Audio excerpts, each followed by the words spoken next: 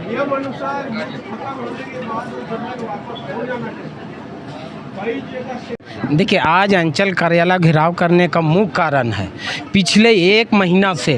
अंचल पदाधिकारी और सीईओ के माध्यम से हमारा जो ग्रामीणों का जो रैयती ज़मीन है, जिसमें वो लोग बरसों से रह रहे हैं और उनका वो खतियानी ज़मीन है, वो ज़मीन पे वहाँ रैयतों का खेत है, बाड़ी है, घर है, कब्रिस्तान है, चर्च है, मंदिर है, या हरगढ़ी है, तमाम हमारा उस ज़मीन में धार्मिक स्थल भी है। अभी कुछ दिनों से सेना और सीईओ ऑफिस के कर्मचारी के द्वारा उस ज़मीन पे सेना को लेके वो ज़बरदस्ती नापने का प्रयास कर रहा है, जबकि वो मेरा रैयती ज़मीन है। तो आज हम सीईओ से ये कहना चाहते हैं कि आपने किस कानून के तहत में सेना को ज़मीन दिया। अगर आपने उस ज़मीन को अगर सेना को अधिग्रहण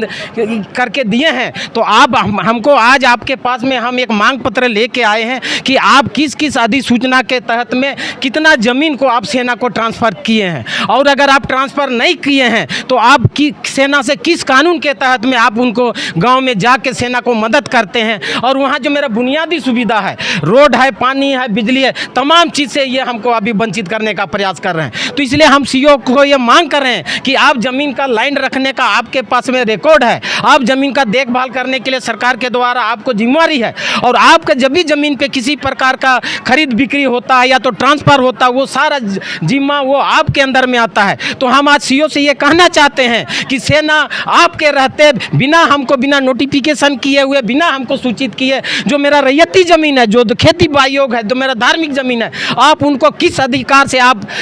हमारे गांव में उनको भेजें और आप उनके साथ में मेरा ज़मीन को नाप रहे हैं। इसलिए ग्रामीणों में रोष है कि भाई हम भारत के प्रजातंत्र में हम नागरिक हैं, हमारा बुनियादी सुविधा की रक्षा करना सरकार की दायित्व है, और सेना का काम नहीं है कि रैयते के बीच में जाके वो अपना बंदूक के बल पे, और सीईओ उसको मदद कर रही कि वहाँ जाके ग्रामीणों को डराया धमका जा रहा है। तो हम पूछना चाहते हैं कि भारत का संविधान क्या कहता है कि क्या सेना को देखभाल के लिए ग्रामीण का जो जमीन है उनको देखभाल के लिए क्या सरकार उसको डिप्यूट की है? किस देश का नागरिक का सुरक्षा क्या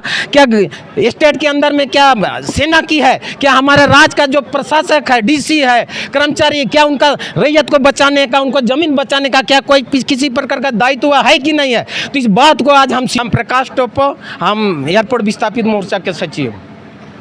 हम लोग ग्रामीण आज मजबूर हो के मतलब यहाँ तक हम लोग आए हैं। हम लोग का एक ही मतलब इस सीईओ से जवाब लेना है कि आप किस अधिकार या कानून के तहत आप ग्रामीणों का 1941-42 में जो अधिग्रहण किया गया था समय मतलब अंग्रेज के समय, तो उस ज़मीन को नहीं नापी करके वो एक्स्ट्रा और ज़मीन को भी नापी के लिए ये लोग मतलब सब जा रहे हैं।